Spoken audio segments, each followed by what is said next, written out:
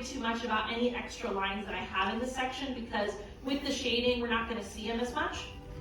But the other eyebrow, the one over here on the right, I'm going to have it arched up, almost like he's questioning, like he's judging, because most of the time he is, let's be real.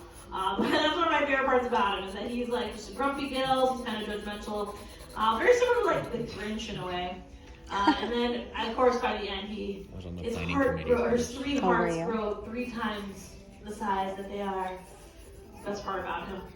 Now, any portion that you have in between the eyebrows, don't forget to darken that up so you can see it, to make sure it doesn't look like his brains are just floating into the air. But I'm going to go back in, and I'm going to darken up where his eyes are, just by darkening up this whole like circle shape here, and of course the oval here on this side. But I don't want his eyes to be super wide and open. I just think that's more of like, that's more like Dory, right? More like Dory, Nemo, very happy all the time, where again, he's a little grumpy half the time. So what I'm gonna do is I'm gonna very lightly at first cut through the middle of his eye, just to show his eyelids are dropping down, and he's just kind of like, you have to pay for G+. You know, kind of like that. Very much like, are you kidding me? Like, that's like the mood I kind of see him all the time in. I'm going to add in a little bit of a thicker line up here, just because this is what I like to do, just to help show that this is the eyelid. Helps just to kind of make it a little bit more, kind of bring more focus to the eye, instead of just thinking like it's a normal line like all the others. And then underneath his eyes, he's tired. He's so tired, ladies and gentlemen. He's tired. That's why he's trying to leave. He just wants to be left alone half the time. So I'm going to add in these little bags underneath his eyes, and that's something that you can do as well. Or you don't have to. It's up to you. It's very much like artist choice at this point as far as like what you want to add in. But he is looking a little spooky just because he doesn't have any pupils to his eyes. This is where I'm going to draw in. One of his eyes over here on the right, I'm going to have it closer to the corners of his eyes so it looks like he's looking to the left. But this other eye over here, I'm going to have it more in the center of his eye. And what that's going to do is it's going to have him looking towards all of you. He's going to be like, oh my goodness, everyone's in here drawing me? I'm kidding.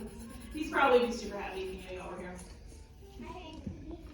But I've darkened up the eyes here just so you can see all that focus and attention to go back into the eyes. And now is my favorite part. Now we need to draw in what I call frosting. You know, like when you bake a cake, you do all the hard work, that later on you just get to decorate and add all the fun stuff. That's pretty much what we're going to do now. We're going to add in some suckers on his tentacles so that you can see that they are tentacles. We're also going to draw in some spots, maybe even add a little bit more shading. So this is where now I'm going to choose some select spots on where his arms are. And I'm going to add in what almost looks like these stretched out C's. I'm not really doing it for the whole tentacle. You could if you wanted to. You know, do it for more sections of his tentacles. But I'm just doing it on a couple sections here, just to kind of add it, you know, just a little bit, just to show like, hey, these are tentacles. They're not just random things over here. And this is where I'll draw in some little ovals in here on the inside. And this doesn't have to be completely accurate to what you'd see. Again, remember, he's just a sketch. He's not really like, you know, this is not the end all be all, like, that's not anatomically correct. I'm like, this is where we have a little bit of fun. But he does have these little spots everywhere, so this is the last thing I like to add in. This is where you can have a little bit of fun. You can draw a bunch more over here on his bonnet.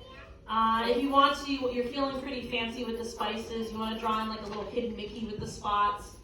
That's something you could do. There's a lot of fun things when it comes to sketching, that just to add like your own like little signature to him.